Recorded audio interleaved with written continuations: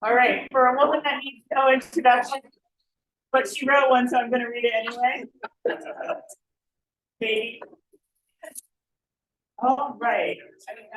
Our very own Carol Vander Meer will be giving a presentation on the Great Redwood Trail.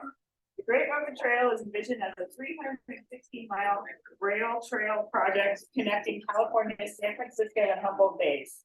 Once completed, it will be the longest rail trail in the United States and will traverse scenic landscape, including old growth redwood forests, oak woodlands and vineyards, and the dramatic Eel River Canyon. Carol works as a projects coordinator at Redwood Community Action Agency and is part of the team helping to engage the community in the creation of a master plan that will guide the development of this visionary project.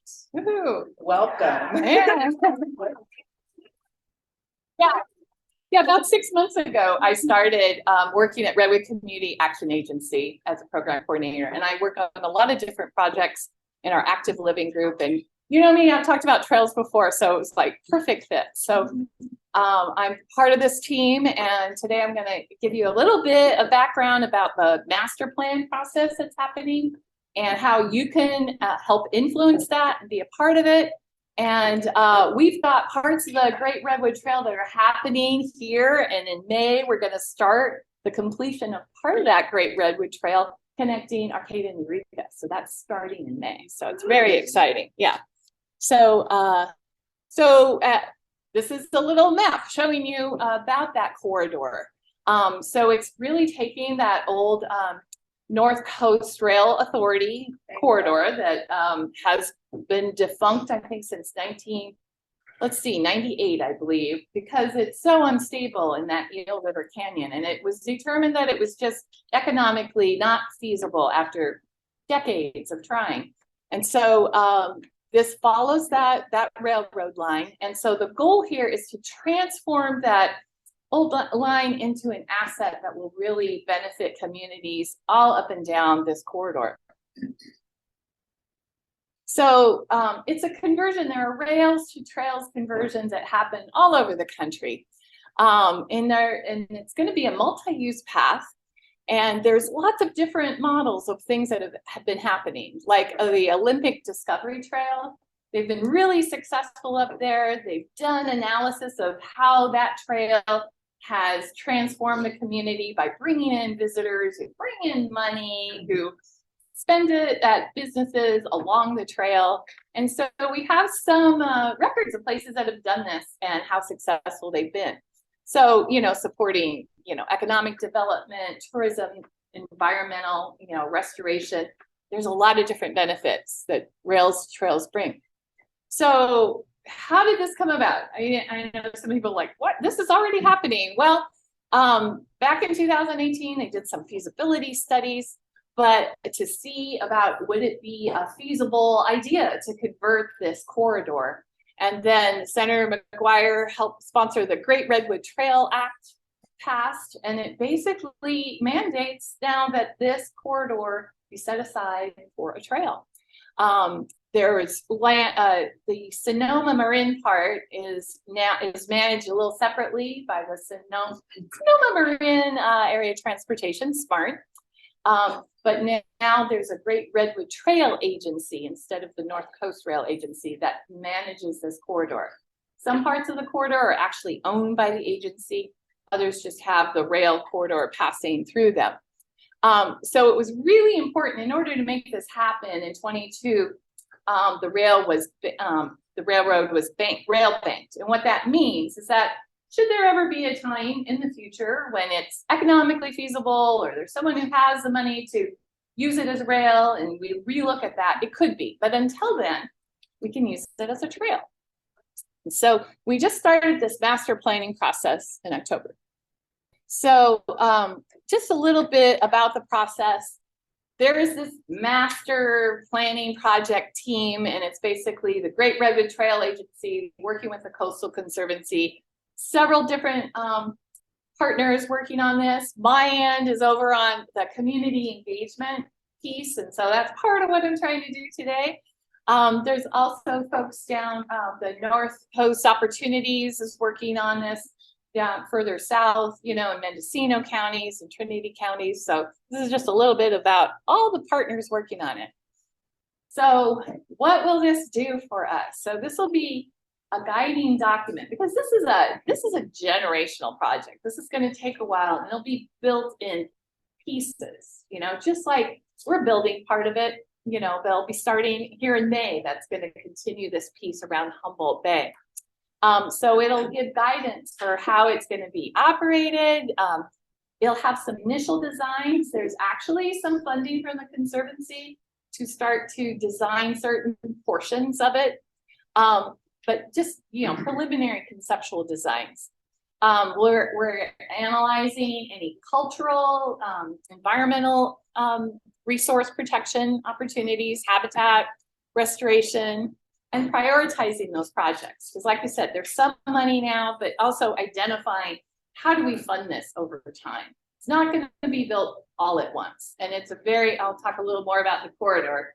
There's some very challenging aspects to the corridor as well. So this gives you kind of an overview. So what I've been up to, we started actually with engaging the tribes and did tribal outreach with the tribes all up and down the corridor. It's those that touch the corridor and those further away.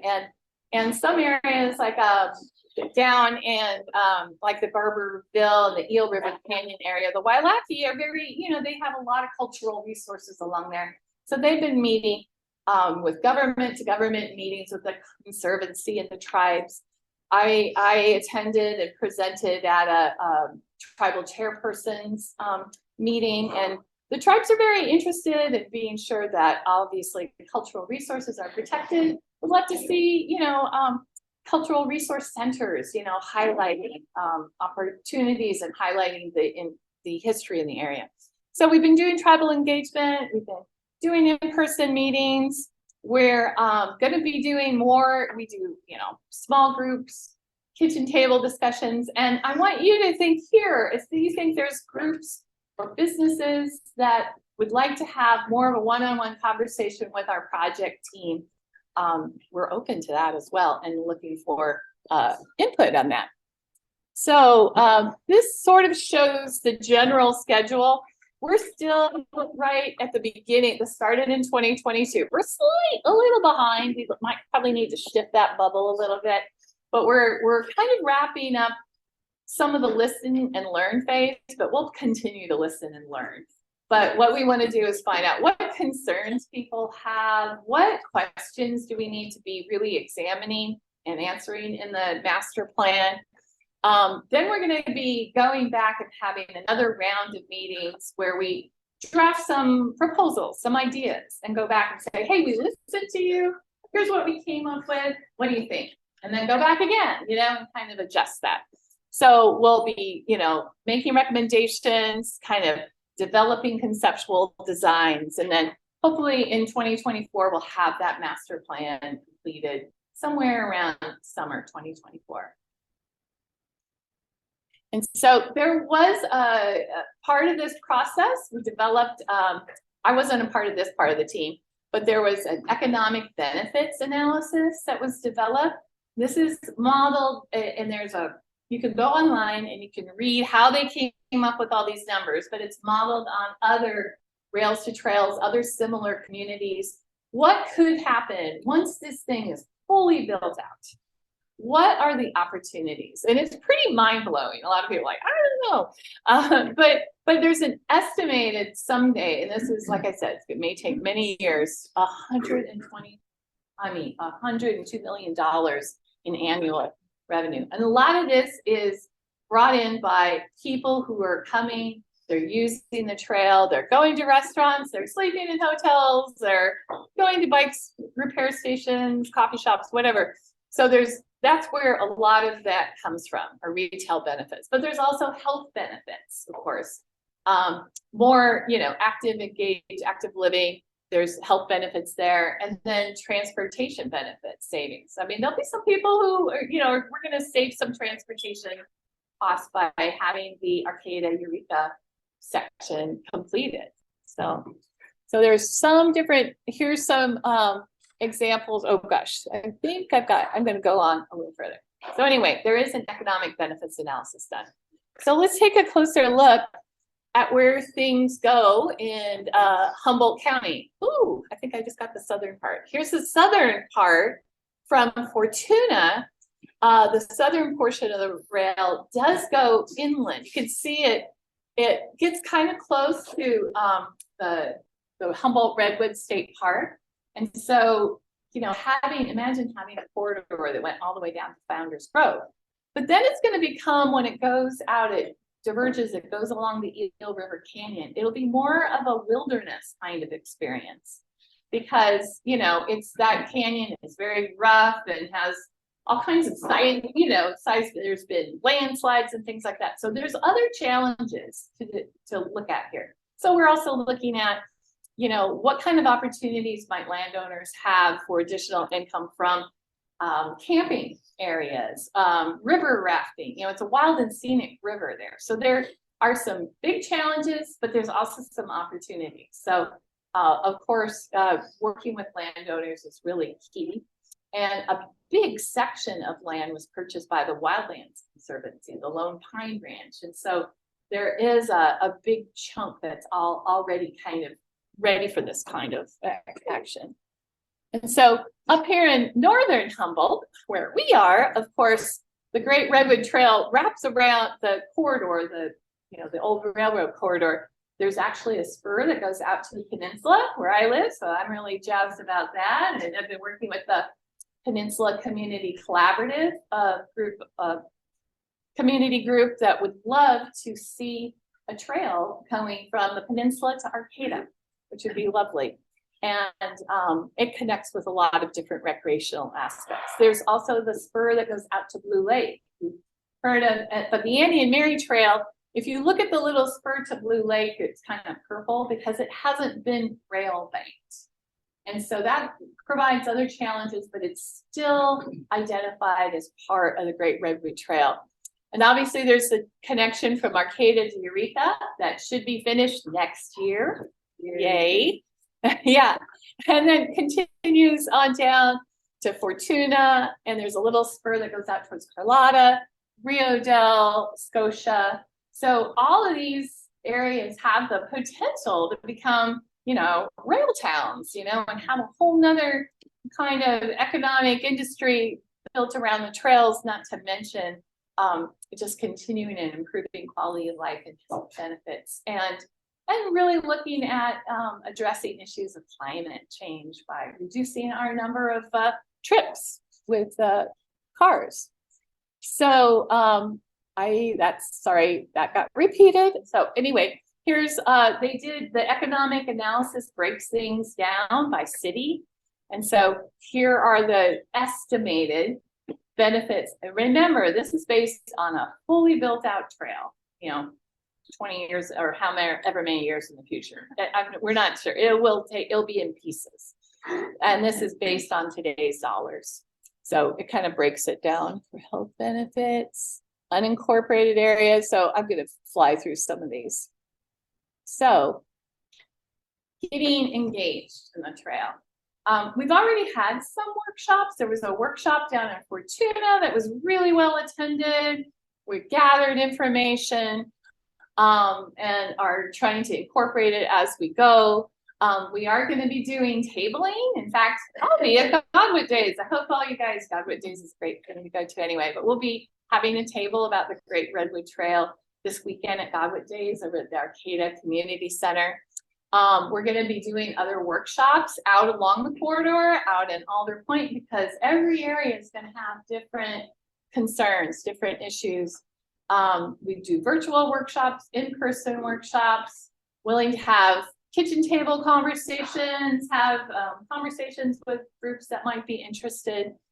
And there's a really great website. And I'm also, you know, trying to get out to other events, go to the Fortuna Rodeo, you know, reach different audiences that have different concerns and kind of looking at how can we address those concerns, you know.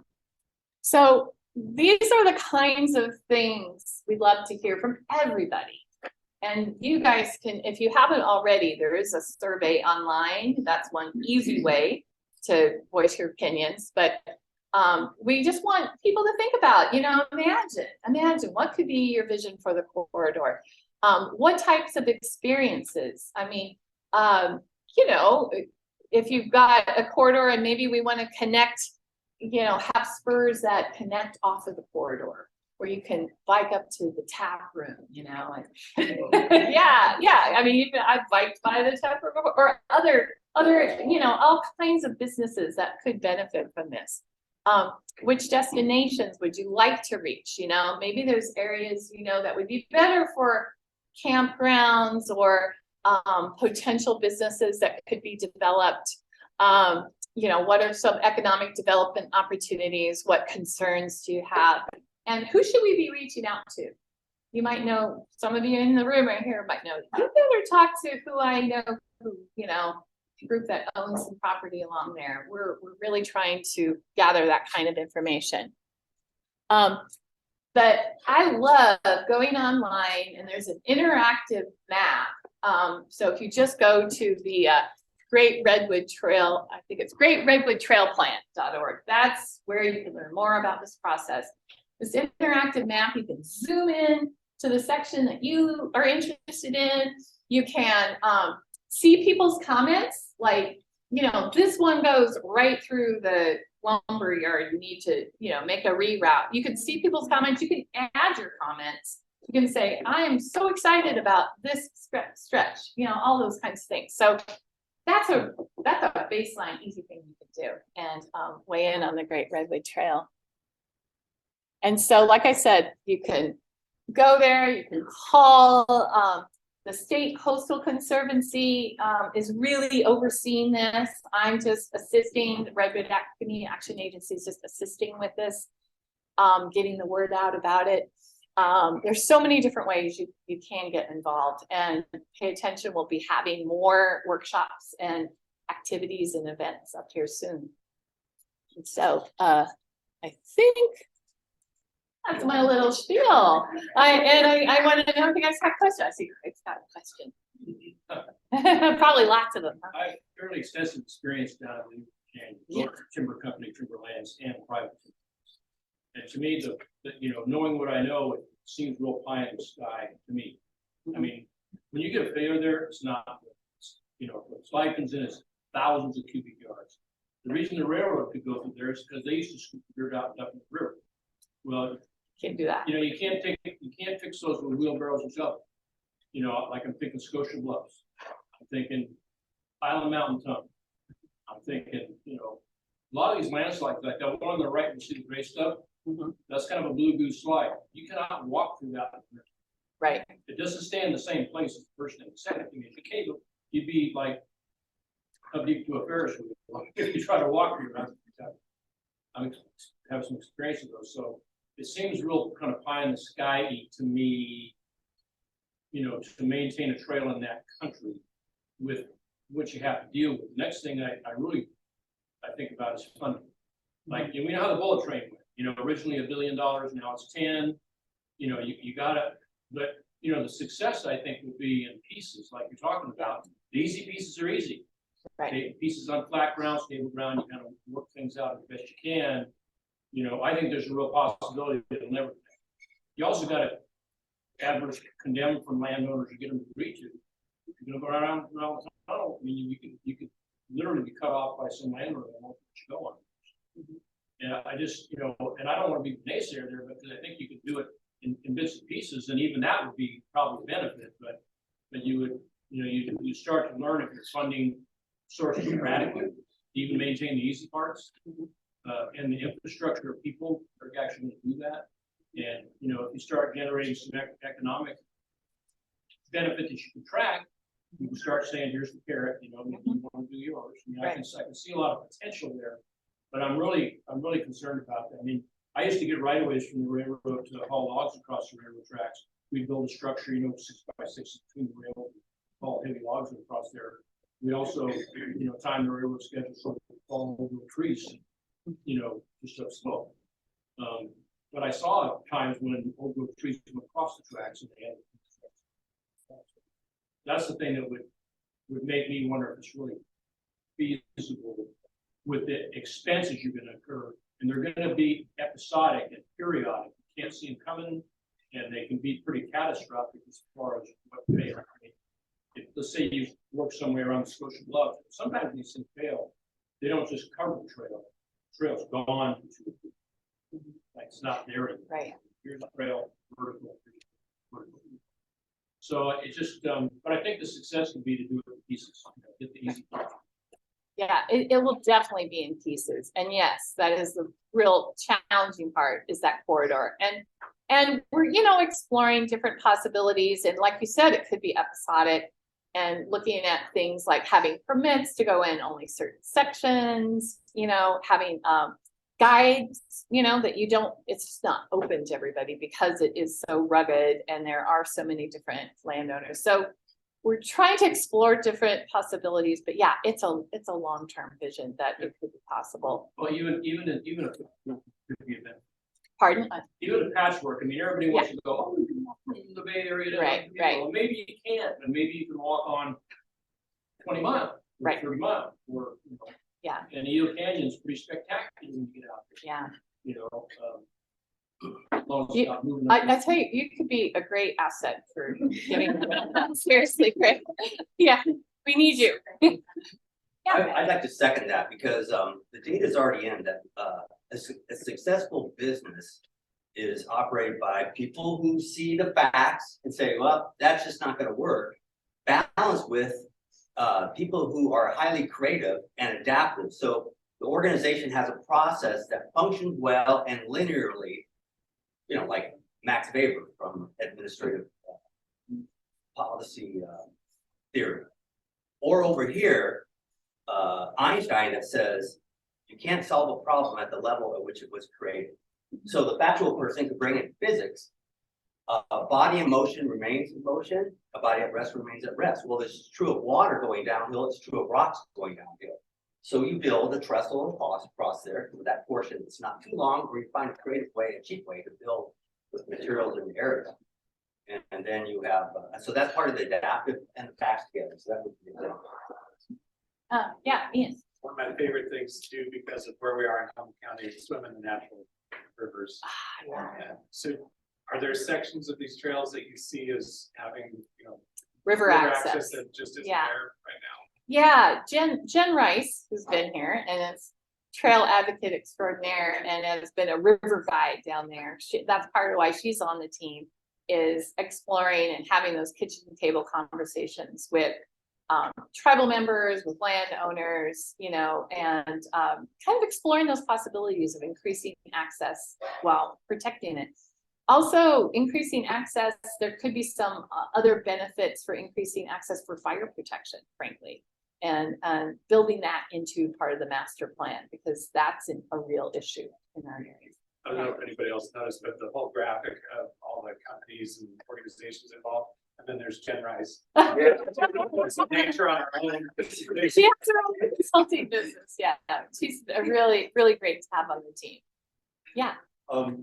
Please be sure to consult the multi-fat people who can't hike 50 miles a day. We're I know gonna all it's about of you fit accessible. hiker people will probably go, "Oh, it's an easy day." John, I just find that when he said what remains in most of work. Yeah. it's a fact. All right. I think I'm getting hooked, but thank you, everybody.